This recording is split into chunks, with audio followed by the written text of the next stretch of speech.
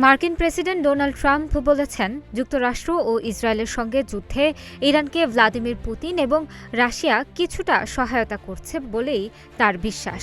Fox নিউজকে দেওয়া এক সাক্ষাৎকারে ট্রাম্প এও বলেন, রুশ বাহিনীর বিরুদ্ধে যুদ্ধে যুক্তরাষ্ট্র ও ইউক্রেনকে সহায়তা করছে। যুক্তরাষ্ট্রের কয়েকটি সংবাদ মাধ্যমের খবর অনুযায়ী রাশিয়া যুক্তরাষ্ট্রের সামরিক বাহিনীর অবস্থানের তথ্য ইরানের সঙ্গে বিনিময় করছে, যা মধ্যপ্রাচ্য জুড়ে ইরানকে ক্ষেপণাস্ত্র ও ড্রোন হামলা চালাতে সহায়তা করছে। এ নিয়ে গত বৃহস্পতিবার মধ্যপ্রাচ্য বিষয়ে যুক্তরাষ্ট্রের বিশেষ দূত স্টিভ উইটকফ বলেছিলেন, রাশিয়ার সরকার ট্রাম্প প্রশাসনকে আশ্বস্ত করেছিল তারা তেহরানের ইরানি সরকারের কাছে গোয়েন্দা তথ্য সরবরাহ করছে না।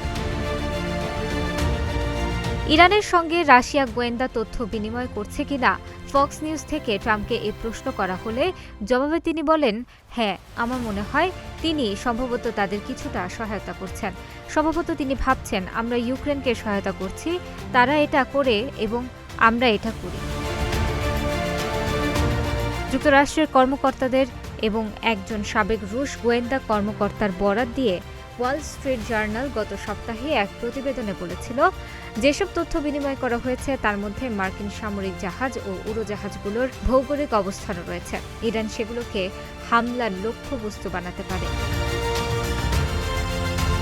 ইরানের নিজস্ব স্যাটেলাইট সক্ষমতা সীমিত, অর্থাৎ রাশিয়ার স্যাটেলাইট থেকে পাওয়া যে কোনো তথ্য ইরানের গোয়েন্দা সংস্থার তথ্য সংগ্রহের ক্ষেত্রে বড় শূন্যস্থান পূরণ করতে পারে। এর আগে ট্রাম্প ইরানের সঙ্গে যুদ্ধে রাশিয়ার গোয়েন্দা তথ্য বিনিময়ের সম্ভাব্য প্রভাবকে খুব একটা পাত্তা দেননি। ৭ মার্চ ট্রাম্প এয়ারফোর্স ওয়ানে সাংবাদিকদের বলেছিলেন, যদি তারা করেও তারা খুব বেশি ভালো কাজ করছে না। ইরান খুব একটা ভালো অবস্থায় নেই। ইরান যুদ্ধ তৃতীয় সপ্তাহে প্রবেশ করেছে। সংঘাতের জেরে বিশ্ববাজারে তেলের দাম বাড়ছে। ট্রাম্প বাড়তে থাকা তেলের দাম নিয়ন্ত্রণে আনার চেষ্টা করছেন। তিনি রাশিয়ার তেলের ওপর সাময়িকভাবে নিষেধাজ্ঞা তুলে নেওয়ার পদক্ষেপ নিয়েছেন।